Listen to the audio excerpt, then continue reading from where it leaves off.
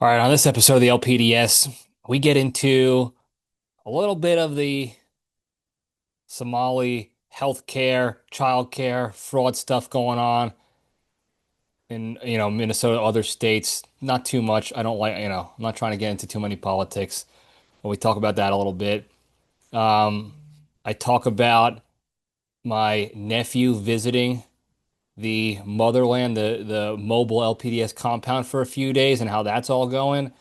I give a very quick update to the Swifty Nation on my current status of watching the docu-series on Disney Plus, and I share a what I would like to call a nice, hopefully new tradition on New Year's Eve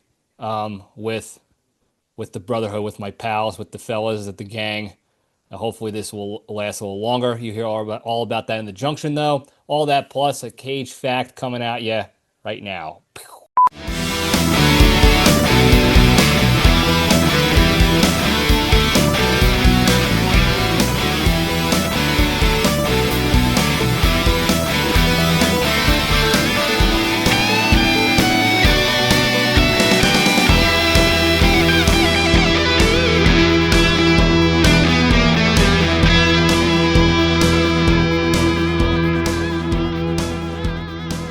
All right, Jabronis, we're back.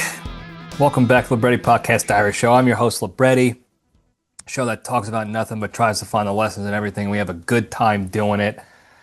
Hope everybody had a good week, good New Year's week. Mine was pretty decent. It was definitely that tweener week. The living in like the neither world, the void of the holidays. You don't know what day it is. You don't know what time it is. Are you supposed to be working? Are you off from school? This and that. Like it's not a fun time. I was working each day, but other people around me were not working. So they were scheduling crap as if this is a long weekend, like a holiday week off. And I was working too. So it was a little bit annoying, but made it work. In the grand scheme of things, big picture was a fine week. Got a lot of good stuff done. Saw Styx's new apartment that he's moving into, so that's pretty cool. Of course, he wants help moving and unpacking and stuff like that. Naturally, I'll tell you this: Crazy Carol got herself absolutely what is the term? Outed, body bagged by JPL3 and myself. She tried to now, in her defense, she's always siding with Styx.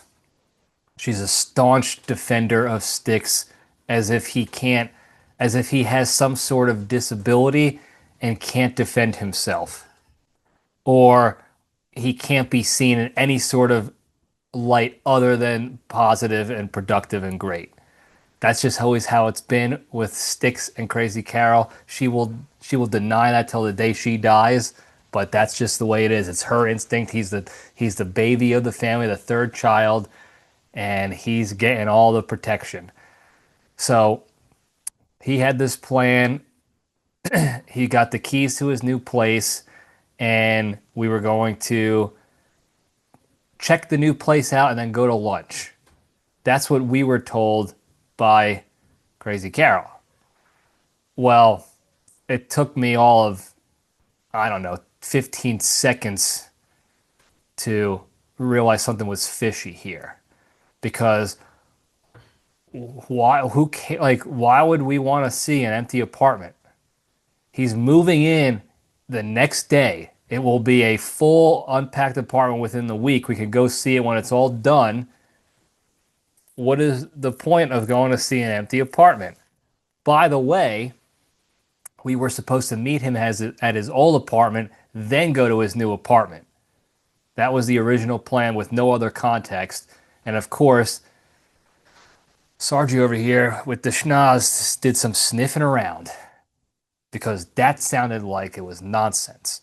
Why would we go to his old apartment first and not just go to his new apartment, even though it's weird to go tour an empty apartment and we're not trying to live in it? I want to see what it looks like when it's done so I can hang out with Sticks in his new place.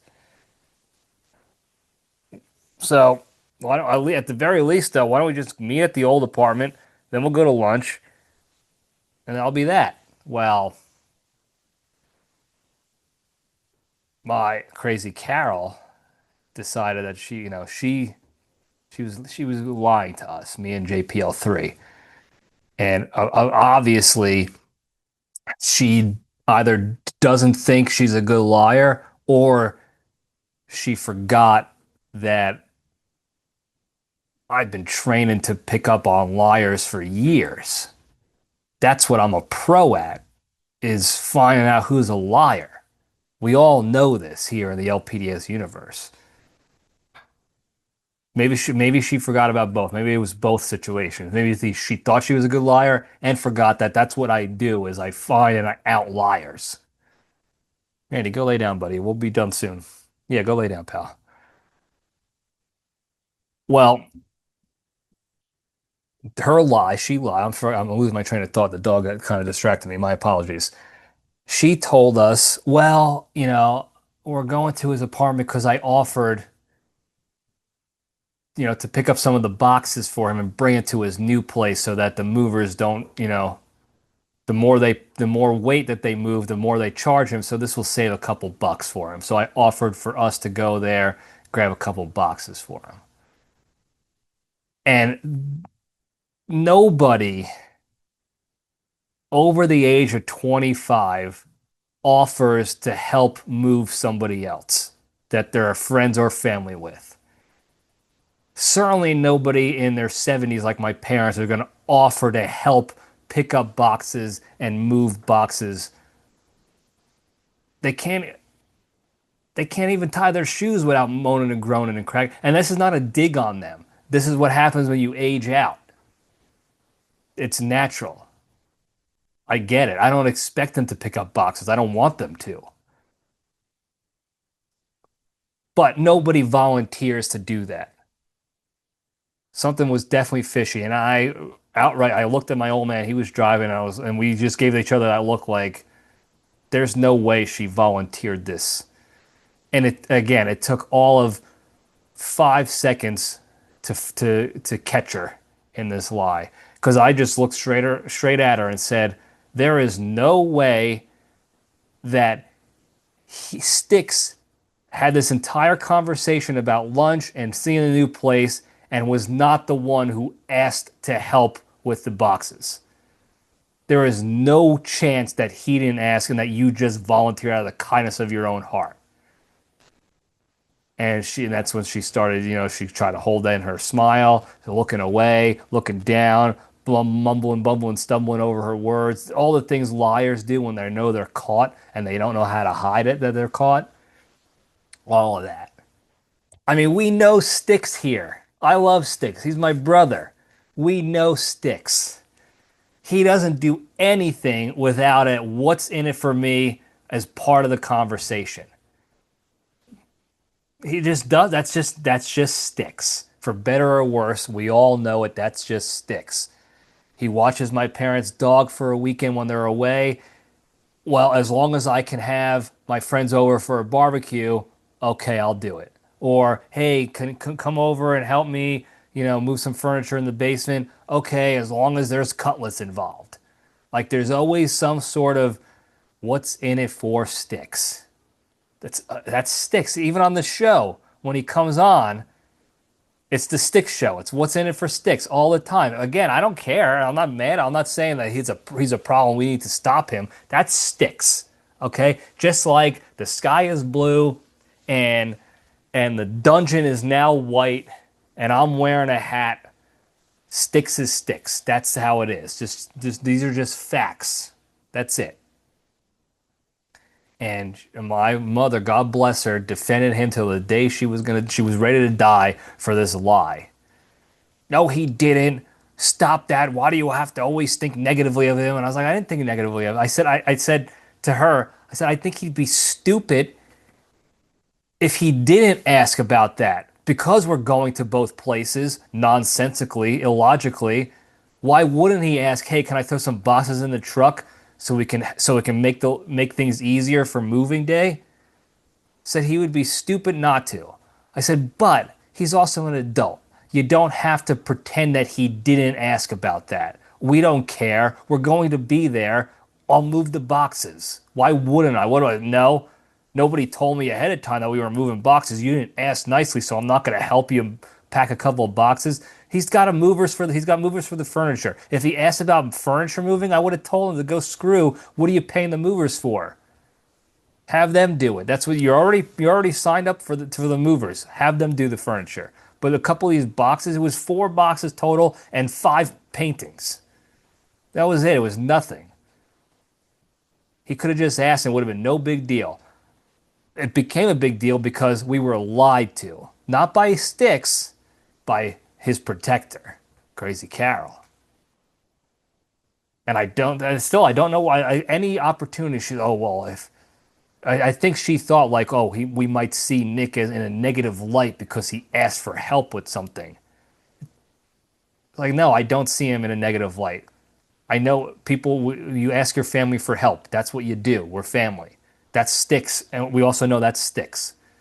So there was no way that we were going over there to his old apartment on the way to his new apartment without that happening, without that option being there. And I said, all you got to do is admit it. I don't care. I'm going to move the boxes. I'm happy to do it. Just admit it. Just admit you lied to protect them. Just admit it's okay. It's okay. And she wouldn't do it. She's like, I didn't lie. I volunteered.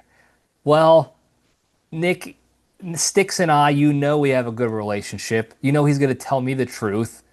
And the first thing I asked him was like, hey, Sticks, did Mom volunteer for us to move these boxes? He goes, no, I asked.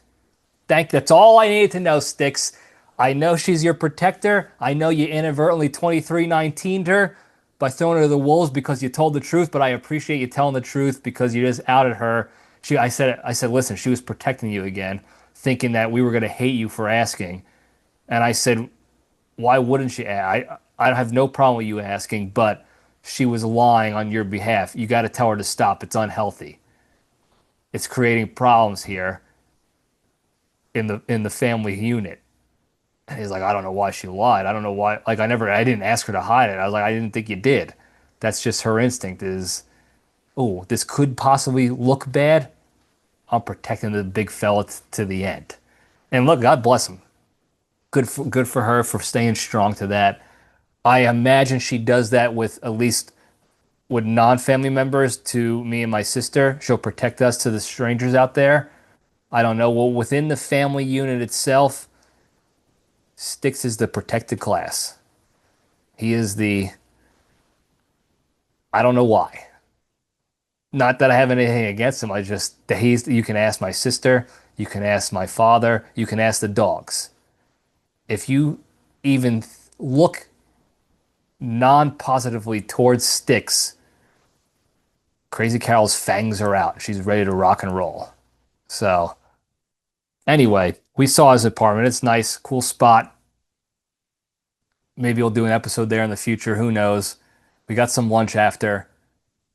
It was a good time. We moved 4 light boxes and maybe three light boxes and like 4 or 5 paintings. All light. I think it was one trip between 3 of us. JPL3 stayed in the car to stay warm. No big deal. It was a good time. And I got to see his new place. So that was cool too. What else is going on? Bunch of stuff I'll hit really quickly. The Somali fraud stuff. The Somalian daycare fraud with the Leering Center up in Minnesota. Everybody's seeing the story. This is what I have to say about that. First of all, the idea that the media is trying to spin this as like this is anti-Somali like discrimination and racism against the Somalis and shut up. You know it's not. It's just calling out fraud. It's calling out our tax dollars being fraudulently given to fake businesses and laundered back into the pockets of the politicians. That's all this is. The second thing I'll say about that is it is not just in Minnesota. Okay? It is everywhere. This is the exact stuff that Doge was identifying and making light of in the beginning when they first started. Okay? And the reason why they didn't do anything about it, Doge, is, well, A, they were not an authoritative organization or a program office in the government. They had to send that information to the House and Senate, and they were the ones who were supposed to vote and change the corruption and stuff because they're the ones who vote on where the money goes. Okay? The second reason why nothing got done back then when Doge first brought it to light, this is all part of it. This was going on for years. If you look back, not just in Minnesota, all over the country. Texas has a contingent of Indians within the Texas state government that are funneling money to Indian only organizations. They're doing it in Ohio. They're doing it. I saw in, where was it, in Utah maybe too. Like it's all happening everywhere. It's been going on for years. And the reason why the House and Senate isn't doing anything about it is because they're all in on it. It's not just a Democrat thing. It's not just a Republican thing. It's not just a Minnesota thing only with the local government. It's all of them. They're all getting their pockets lined with this laundering. How do you think Elon Omar, or whatever her stupid name is, the one who married her brother who should be in jail, how do you think she went from being worth negative $1,000 to being worth $30 million in a single year as a public servant, making no more than $175,000 for the year? Before taxes, mind you. How did that happen? Huh? Oh, by the way, she's a congressperson out of the state of Minnesota in the very district where all this fraud's going on in Minnesota, the daycare fraud. I mean, give me a break. Okay? And unfortunately, nothing's going to happen to these people because the people who are supposed to be voting to stop this crap, they're all in on it. They're all in on it. So of course they're not going to vote. Just like they're not going to do anything about term limits, just like they're not going to do anything about insider trading within the House and Senate because they're the ones who are going to lose out on it. They would essentially be voting to not get benefits for themselves only. It only affects them. So why would they want to fix this fraud? It's only going to hurt them in the long run. They don't care if it hurts us forever. $200 billion a year of our tax money goes to foreign aid, similar to this style foreign aid. 177 different countries get our tax dollars for their support, and we saw it with Doge, paying for circumcisions in Uganda, paying for Somali fake daycare centers, paying for Egyptian nose jobs, all this bullshit that they were identifying. 200 billion a year of our tax dollars goes. The only way it's going to stop, realistically speaking, and I know this is not that realistic because too many people don't think like this, don't realize this. We have been too indoctrinated to come together as one right now. But the only realistic way is if we all just don't pay our taxes. Then the IRS would fold under the pressure. But good luck getting all of us to do that, to actually do that. Because if you ask somebody from the media, they hate if you call out this corruption, they hate you. You're the enemy. So why would they do the same thing as you? You're the enemy. So the third thing I'll say about it is that it's all a red herring. Okay? There are bigger issues going on that they don't want us to hear about. And call me, you can replace this winter cap I have on with a tinfoil hat at this point, like usual. But if you believe that this is the biggest story going on, if it's the biggest story in the media right now, you have to know by now. After all the historical things that have gone on in this very same exact pattern, this is no longer a theory. This is what happens. If this is the biggest story in the media, you know the bigger story is being swept under the rug that they don't want you to hear about. How about the fact that the administration, the committee, was supposed to release all the unredacted Epstein file documents by this time? We got nothing. We got nothing yet. Besides more redacted stuff and more stuff that was purposely redacted by the political parties to make it look like it was worse than it really was. How about the impending war with Venezuela that Bibi over there in Israel wants us to get into?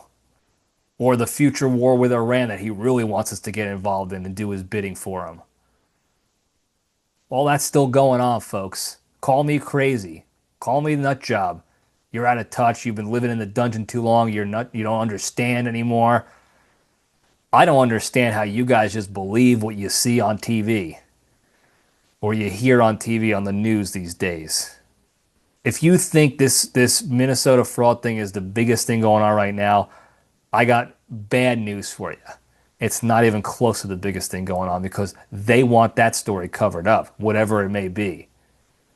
So they throw you this thing that nothing's gonna have. It's gonna get us up in arms. They're gonna spin it to make us fight each other about who's right and who's wrong. They're gonna try to make it a race war, and we're gonna fight amongst ourselves. And they're gonna go take care of whatever they're doing in the background. That's even worse than this, but we're not paying attention to, so we can't come together and actually put a stop to it. Tale as old as time. Okay? You can think I'm crazy all you want. But the fact will always remain that this has already happened time and time again. What makes you think they're just decided to stop running the same bullshit playbook? So, you guys can fight all you want about what the truth is behind the Somali crap. I'm out of it. I'm out of it. I don't care about anybody's opinion. I don't care if you think it's a race war or not. I don't care because that's not the story. That's the cover up. That's it. All right. Take the tinfoil hat off. Get into better stuff, I guess you can say. Maybe not so much. My nephew's been here the past couple days. He's coming to us. We're going to visit some family in New York. My sister is out. I think she went to Vegas for a few days for a concert. Backstreet Boys. I believe JPL3 called them bosom buddies because he didn't understand what she was going to see. Why is she going to see a bosom buddies concert with her friend by themselves in Vegas? I don't understand that. I don't get what he doesn't understand about it. It's their childhood favorite group, and they got tickets to go see them play at Sphere, so they're going to go see them play. That's what you do. I go to WrestleMania with Bone Crusher. People go to concerts all the time with their friends. You're not bringing your kids to a Backstreet Boys concert in Vegas. She's not going to bring her 3 toddlers to that concert. She's going to go with her friend.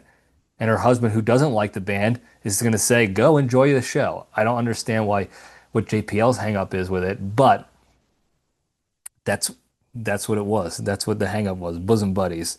So anyway, my nephew's been here for a couple days because he wanted a vacation himself. And he's been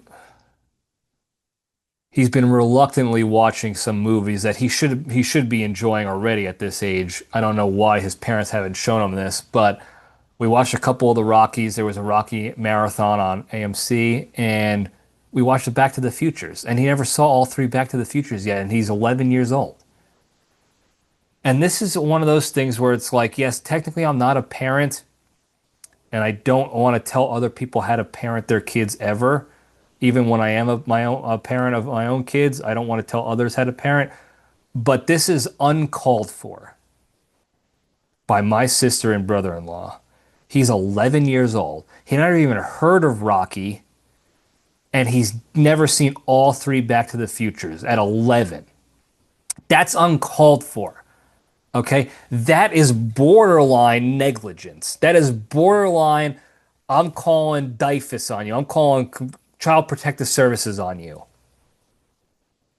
What are you watching with your kids? What are you doing as a parent if you're not letting your kid experience the Back to the Future saga?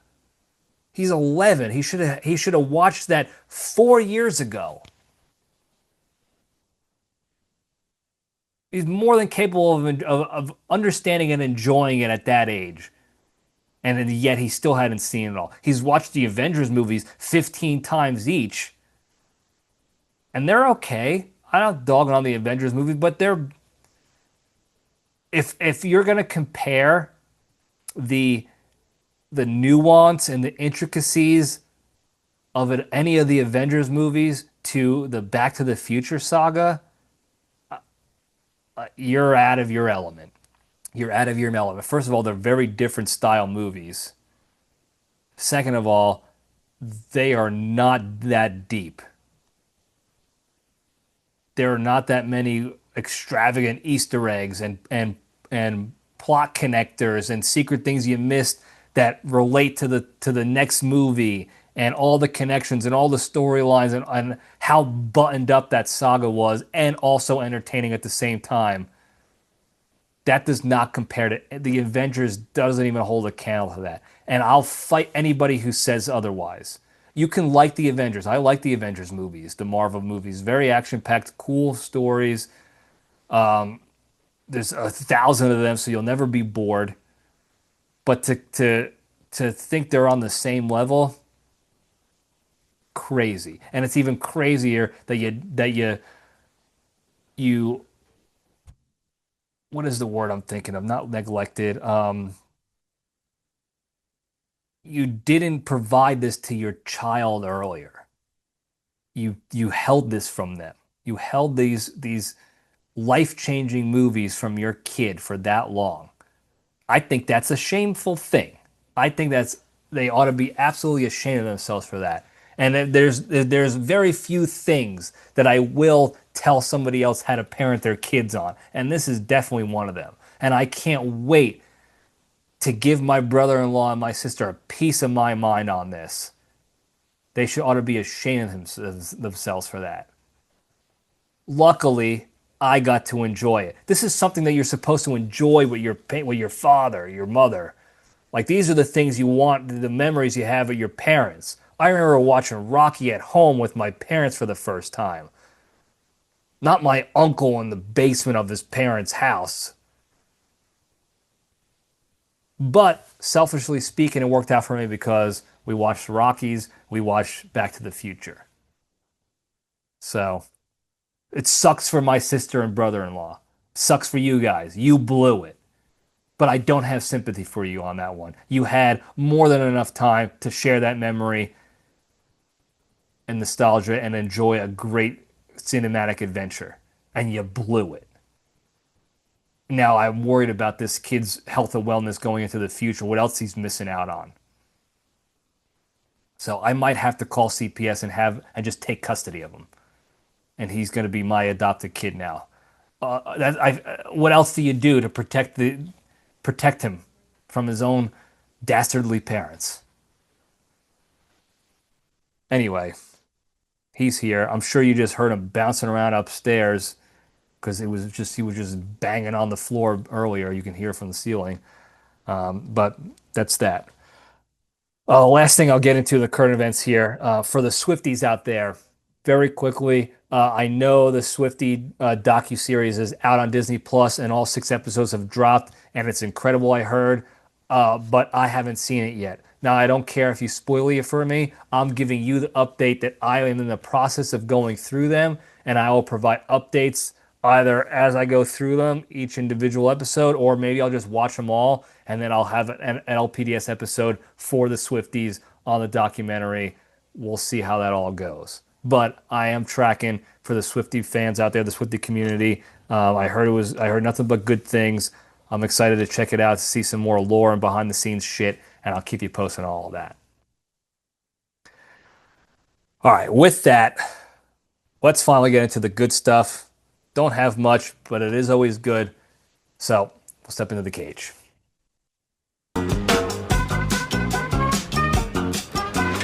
Okay, let's run. All right. Today's Into the Cage segment is proudly sponsored by Fredo's Furs. Are you looking to stay warm this winter, but to do it in style for a change? Then get yourself a fur coat from Fredo's Furs. Fredo's Furs uses the finest quality furs straight from the chest of a rugged Italian man. And this isn't some factory farm chest hair from a construction site. These are cage-free, pizza joint raised ginzos, non-GMO, olive oil treated, chest to jacket furs. So to steal the limelight while staying warm, get yourself a Fredo's Furs today by visiting www.hairynips.com. And if you use the promo code Forget About It, you get 29% off your first Fredo's fur coat. That was a brutal pun. A brutal pun. But that's what I get paid for by the sponsors that I make up myself and get actually $0 from it. Anyway, the Cage fact. For whatever reason, Tubi decided to put Ghost Rider 2 Spirit of Vengeance on their streaming platform recently. And for a seemingly unknown reason, it has quickly jumped to the top of the charts, almost the top. It's top 10. I think it was number 8 on the top 10 Tubi movies the last couple weeks. Now, I know the reason because Nic Cage is in it. It's a Nic Cage movie. It's a Nic Cage superhero movie. The outside world, the jabronis out there, out of the Junction, not the LPDS universe Junction jabronis, these other ones out there, these MacGrubers, these maroons, these nincompoops out there, can't understand why that movie is getting so much popularity when it popped to Tubi. Why is it that high ranked? The movie stunk. Listen, the movie had a lot of CGI, for sure. And I don't like a lot of CGI. But it also came out the same year as two of the most popular Avengers movies that came out. I think one of the Captain Americas came out then, and there was another one that came out too the same year, which were way more heavily pushed. There were bigger budget films, higher marketing dollars, more marketing money was pushed to those two. And they had the money to do slightly better CGI because those Avenger movies the Marvel movies are also high CGI. So that complaint again is not that it was too much CGI, is that they didn't get the money to do the best CGI, like Captain America and Iron Man's and all those. And so, like I said, those are the buffoons of the world that don't understand why it got so highly rated so far. But we all know the reason. It's a Nic Cage superhero movie. It's the sequel of an already quality Nic Cage superhero movie. He plays a guy who turns into a skeleton that's on fire and jumps school buses and kills guys with machetes and weapons and chains while on a motorcycle. Why wouldn't it be in the top 10 of the streaming platform it's on? That's asinine to think otherwise. But if you're looking for a movie to watch and you want to be entertained and you don't have, other streaming platforms, head on over to Tubi or Tubby. I think some people have been calling it Tubby lately, and I find that very funny. There's a couple of reasons why I find that funny. I will not get onto that in this show because it's a family show and we don't talk about stereotypes and other stuff. But I do like the idea of calling it Tubby from now on. But get on over to Tubby. It's on the top 10. It's number 8 right now. Let's get this thing to number 1 as it should be. Charles Miner's in it, for crying out loud, from The Office. I forgot his real name. Charles Miner. Oh, man. He is. What the hell else is he in? He's in a lot of. He's seen a lot of stuff. He was up for. He was possibly going to be the next James Bond, black British guy. Idris Elba. Idris Elba. That's his name. Charles Miner. That's all I remember him as. Charles Miner in The Office. Miner, I hardly know her. Anyway, go check it out on Tubby. That's the Cage fact. You're welcome. Moving over to the Junction. We'll spin the logo up. This is very quick. I don't have much. but I did want to talk about New Year's Eve, what I did. Now, there was a whole slew of things going on during New Year's Eve that you could have done. You know, people go to the parties, they'll spend exorbitant amounts of money to say that they went to this, this big time restaurant with champagne and caviar, and you dressed up in fancy clothes and you did all that. There's people that go to the different cities to watch their balls drop. Their New Year's Eve balls drop. There's people who have house parties, family people go to other people's houses and have parties and charcuterie boards and what have you. I've done it almost all of it. I've never gone to see the ball drop in New York, but I did go the day before to watch them set up for the ball drop. I've been to house parties. I think I've gone to a restaurant once. I hated that. I I don't like the crowded stuff of strangers per se. If it was a crowd full of people I knew, like family or whatever, cool. But strangers, so I'm never gonna do the New York City ball drop in Times Square. No chance. It looks like a miserable experience. I talked about that a billion times on here. Um, the restaurant thing or the high-end club or whatever, the lounge shit, that's I hate that even more, I think. At least in New York Times Square, you just have to get there early enough to get a good spot, and it's free. You just stand there like an idiot for 10 hours, however long you're out there. These restaurant things, you're getting charged triple and quadruple prices. The price gouging is unreal. For you to have a subpar meal and a glass of champagne and one of those picture things that you stand in the middle and the camera wraps around you, so you get one of those like spinny, cool looking slow mo videos that you can post on social media. That's all you get at these restaurant and lounge events, these special VIP parties for New Year's. You're paying five, six, seven, $800,000 a pop to get in there for nothing. Do you know how many chicken nuggets and Big Macs and double cheeseburgers and filet of fishes you can get in McDonald's for $1,000? Do you know how many pigs in a blanket and White Castle sliders and Chili's potato skins or TGI Fridays potato skins and all those shitty, greasy TV dinner style meals you can get at a grocery store and heat up to have a New Year's Eve party at home with $1,000? $1,000 could have bought an entire week's worth of feast, of holiday style feast for a family of 20, plus blockbuster videos to watch for a New Year's Eve party that you would have blown your balls off. That's what we used to do when we were younger. We would get the shitty, greasy foods, the sliders, the pigs in a blanket, whatever it was, empanadas, whatever crap you got, fries, all that crap to heat up in the oven. And then we would rent movies from Blockbuster. There is no chance I'm spending $800 to $1,000 to drink champagne with a bunch of ingrates I never met before and have to dress up in an uncomfortable suit or tuxedo. For what? For an Instagram photo? Get real.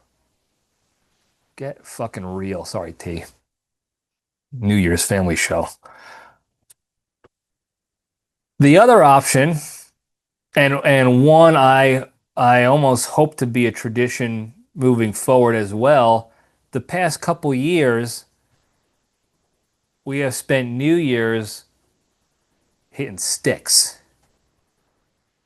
Did it last year when I was here in the dungeon. Did it this year. Now, I'm not talking about sticks with my parents. That would be something else.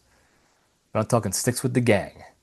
Creature, Wet Cat, Catwoman. We're hitting sticks.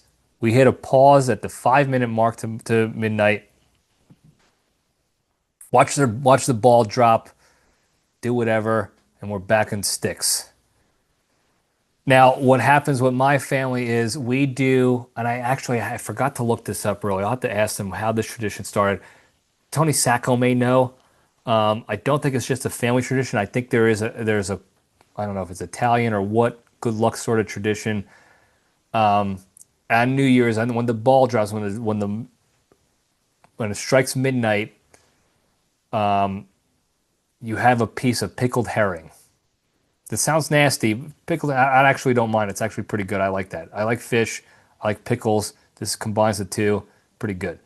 You have a piece of that as you go into the new year. Again, I don't. We've been doing it my entire life.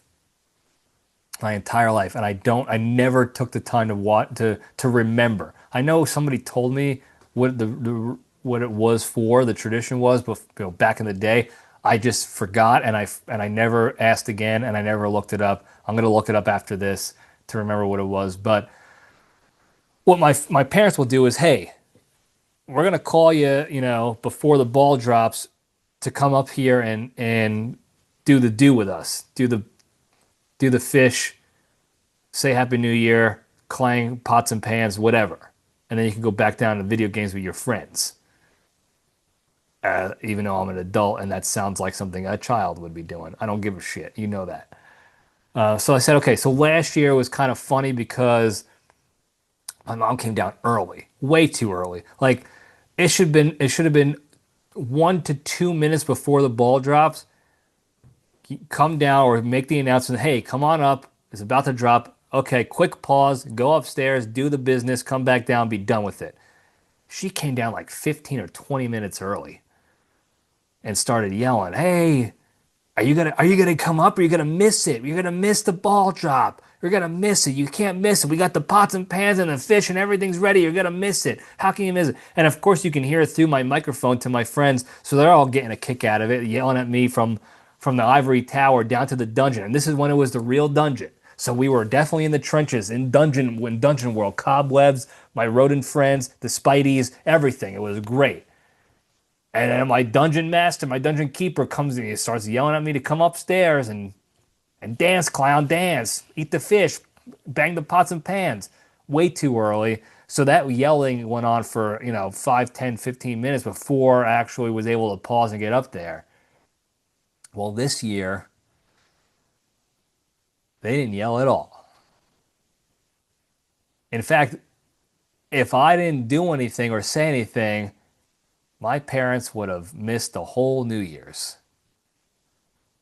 Luckily, I set an alarm on my phone and let the gang know, hey, at the 5-minute mark, I'm going upstairs. You know the drill. They all know that they're all familiar with the drill from the year before. And luckily, I set the alarm so that it would go off so I didn't have to keep looking at my watch. I just knew. The alarm goes off, okay, 5-minute mark, let's hit the pause button and go. And we'll all reconvene. Well, I go upstairs. Now we're at 2 minutes. Because at the 5-minute mark, I asked for the pause. We waited for a good spot to pause where we're all safe. Then we paused. Then we walked up. So that was a couple minutes. So we're at the 2-minute mark, whatever it was. And usually the fish is ready. It's on toothpicks, so we can just pick from the plate. Everything's ready to go. Nothing. I had to get the fish out of the fridge. I had a toothpick it up. So I walk up and I see they're both out cold, dead to the world.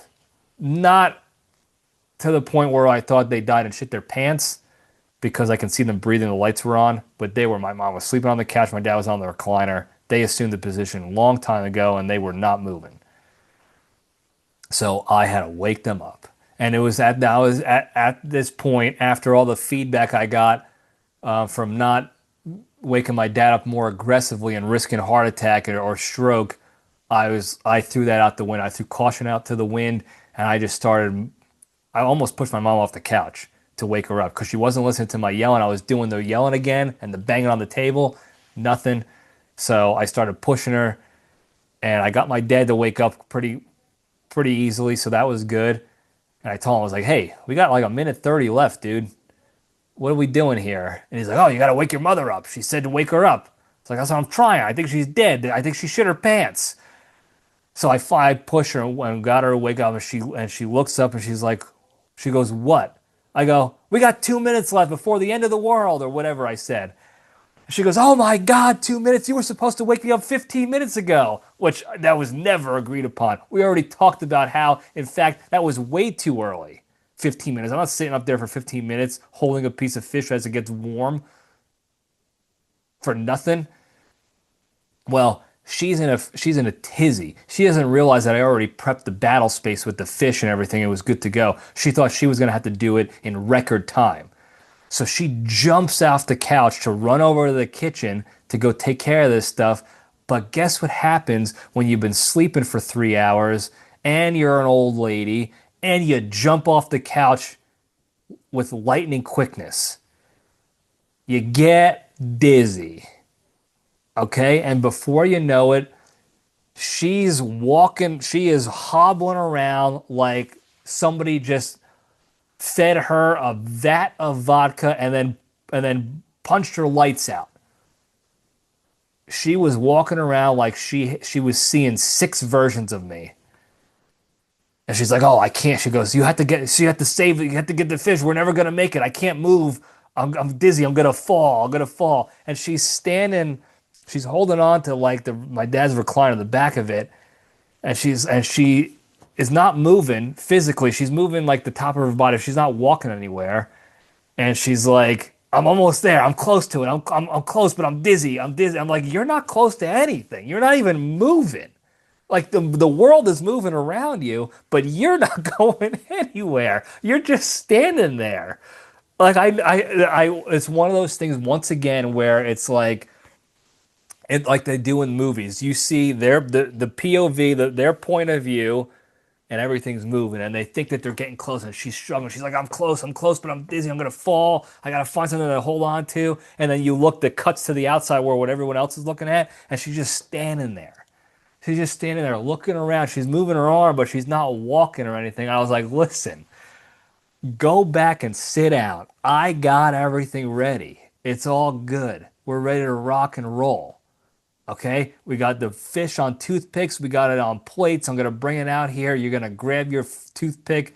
We're going to cheers. We're going to Happy New Year. We're going to eat our fish. We're going to bang our pots and pans. And I'm going to go back down in sticks. And then I'm going to go post profile pic 2026. That's what don't worry. I'm combat proven. Okay? I've done this before. When the first mortar shell hits the trenches, I'm not getting crazy anymore. I'm not sitting there in a dizzy vertigo fit thinking I'm moving when I'm not. So go back and sit down. Don't pass out, relax, and let's enjoy the ball drop. And that's what we did. And this is something that is like the most expected thing possible with mainstream media these days. Okay? And I couldn't care, like I don't care about same-sex kissing and making out. Do whatever you want. I'm cool. Like, fine, cool. I don't care. But, of course, they had the first couple, because during the new year, the ball drops and they cut to the audience in Times Square of people kissing for the new year. That's what you do. You kiss your significant other on the new year. But, of course, the news channel, the local channels that had to show the two gay fellas kissing. And they looked like twins. It was very strange. That's what was strange to me, was like, hey, you guys are dating yourselves? That's weird. They both had the same 5 o'clock shadow, brown hair. They looked like brothers. And I was like, I could never. I couldn't date a girl that looks like me. If I was gay, I'm not dating a guy that looked like me. That's weird. But they were there. Good on them, whatever. If that's what you like, that's what you like, I guess. That was the weird part to me. Not the fact that they were guys, because I couldn't give a shit. Like I said, I don't care. Love who you love. I don't care.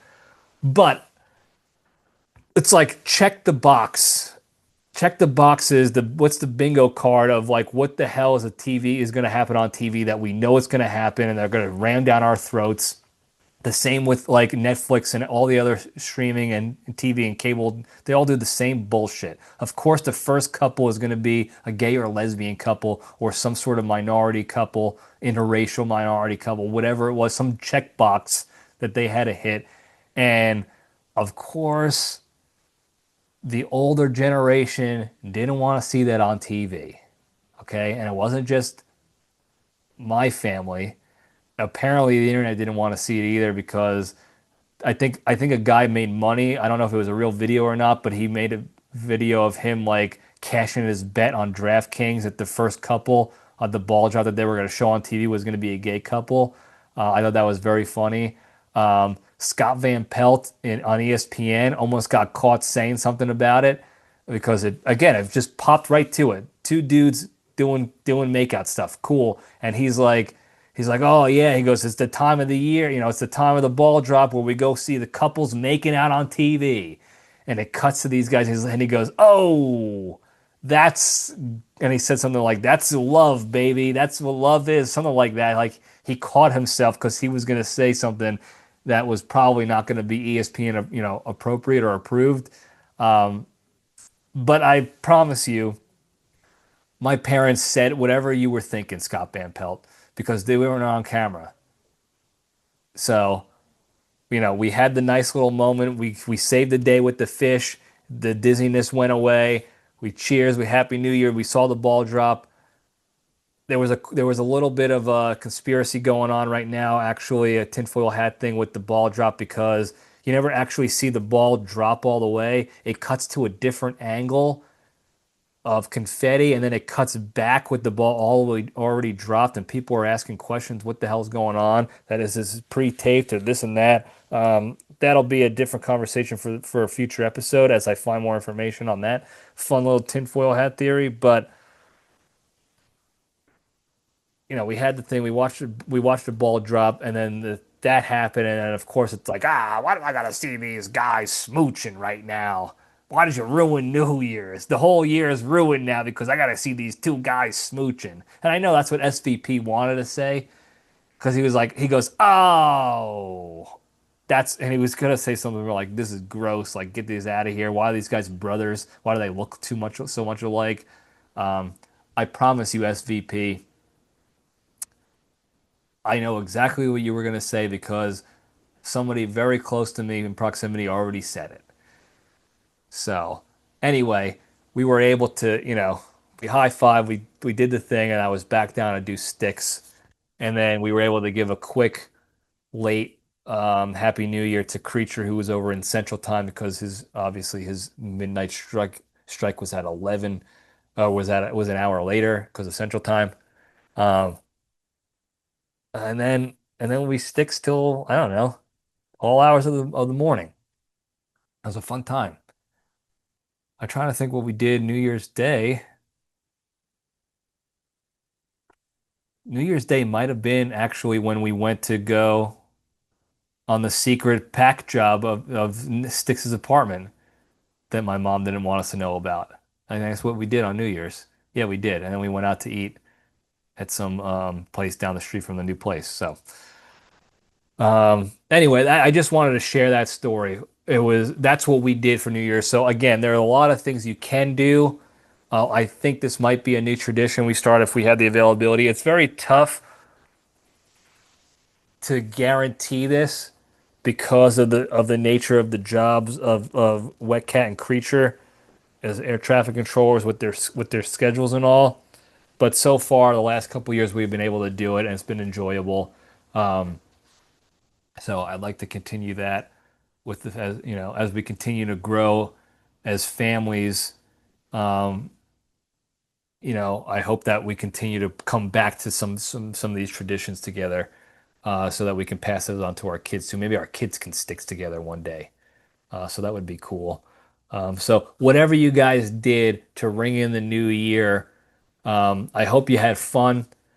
I hope you enjoy yourself. I hope you set yourself up for success, like how what we talked about in the last episode. And if you go back to any of my previous New Year specific episodes, it's the same message basically every year. In fact, there might be two episodes from two different years that sound like they were scripted because everything I said was this didn't change because my thoughts haven't changed on the New Year, new me crap. Um, but I hope you guys enjoyed that. Look, if you're gonna have a holiday, whether you like the holiday or not, and I think New Year's is a stupid holiday. I think Valentine's Day is a stupid holiday. If you got the time off, if they're giving us the holiday, take advantage of it. It's an excuse to take advantage of the time off and to spend it doing something fun with loved ones, friends, family, what have you. So I hope you guys were able to do that and start the new year off right with the people that you care about. And that's all I got to say about that. Before we go, very quickly, the big three, the three pillars of staying strong and being a better, happier, kinder, healthier, less stressed, more genuine human being, and being able to spread that positivity and goodness to all those around you throughout the land. Number one, exercise every day. Do something every day to improve your fitness, health, and wellness, physically, mentally, or emotionally. Number two, the hardest one to do, don't be a shitty person, be a kind person. When the opportunity arises to be negative and shitty and angry at somebody, whether in person or over the internet, take a deep breath, take the LPDS step back, detach from those negative emotions, remove yourself from the situation altogether. That way you minimize the negativity going on in your world and you allow yourself the capacity to go do more positive, productive things with your lives, like exercising. Number three, the most important one, be genuinely thankful and grateful for all the good you have in your lives. And you can do this a little bit each and every day by taking a few seconds to actively think about at least one good thing in your life or one good thing that happened to you in the last 24 hours, and think about what your life would be like without that experience or that thing or that person or whatever. And that will put you in the state of gratitude right then and there. Okay? And the more often you're in that state of gratitude, the easier it's going to be for you to not be a shitty negative person, to be a kind person, which will in turn give you more opportunity to go focus on more positive, productive things like exercising every day. And if you do these three things each and every day, a little bit more and a little bit more and a little bit more, I promise you, you'll be a better, happier, kinder, healthier, less stressed, more genuine human being, be able to spread that positivity and goodness to all those around you throughout the land. Thank you guys again for tuning in. Don't forget to like and subscribe and put your notifications on and tell your friends and enemies and hit that hotline 202-670-1114. Love the hotline calls. Give me your questions, give me your jokes, give me your shitty comedy bits, give me your impressions, good or bad. Give me a prank call. Give the phone number out to someone so they can call thinking they're talking to somebody else. Whatever it is, hit the hotline 202-670-1114. Thank you guys again. I love you all. Stay strong.